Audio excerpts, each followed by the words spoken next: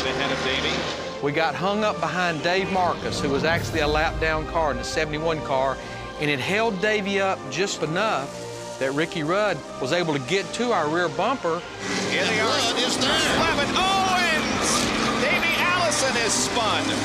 And I remember coming into turn 11, and I got to really go hard, so that was the one of the big passing points was in the brake zone coming into turn 11. So I basically came in there really hot, out of control, committed to going as deep as I could. And we touched, and Benny did sort of a half spin and got it gathered up, came right in behind me, came around, took the white flag.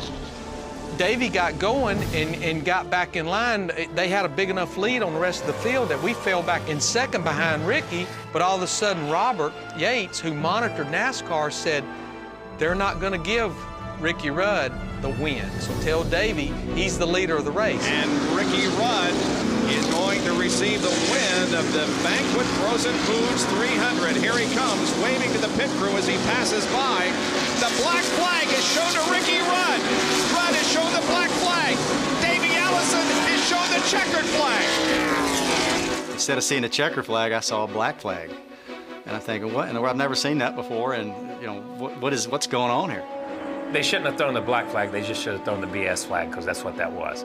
Those guys got into each other, right, wrong, or indifferent. It's happened 20 million times in NASCAR history, and they've never done anything about it except one time, one single time. We're not going to say a word. We're going to enjoy this victory. We're going to celebrate. We're going to go through post-race inspection. And if we go over there and start staking our claim, that means we're making a statement that we're doubting that we won the race. We just need to go through the motions and do everything just like we took the checkered flag first and we won the race. I'll never forget after the race how Waddell and Waddell's son, they didn't take it very well, and they actually had words with the Francis, and it was very heated for those guys. I mean, it was a lot of pushing and shoving and screaming and yelling. I don't understand this. You know, I've been racing since '63, and this is about one of the calls I've seen made in a long time. And if they're going to take this away from us, this is totally wrong. I've seen it happen time and time again through the years, and they've never taken a race from no one yet doing this. If they do this, this is rotten. I guess probably when he said he was ready to quit and give it up, it hurt. I mean, you know, you live, breathe, sleep racing, and then and you live for those days to contend for a win, and then it's just like someone ripped your heart out. And I know where he came from. I was right there with him. I was ready to do the same. You know, it was an accident. I got into Davey. It was my fault, yeah. He was a lead car, and I got into him. But I didn't get a black flag until a white flag lap. And I don't know. I just fed up with this mess. NASCAR felt that they had to do something. They made the decision. I'm sure they were all up there discussing it, bantering back and forth. What do we do? He just took this race from Davey Allison, legally or illegally. Under race procedures, where penalties are imposed during the contest or in this incident after the contest is over, it's a non-appealable, non-protestable decision. It's final.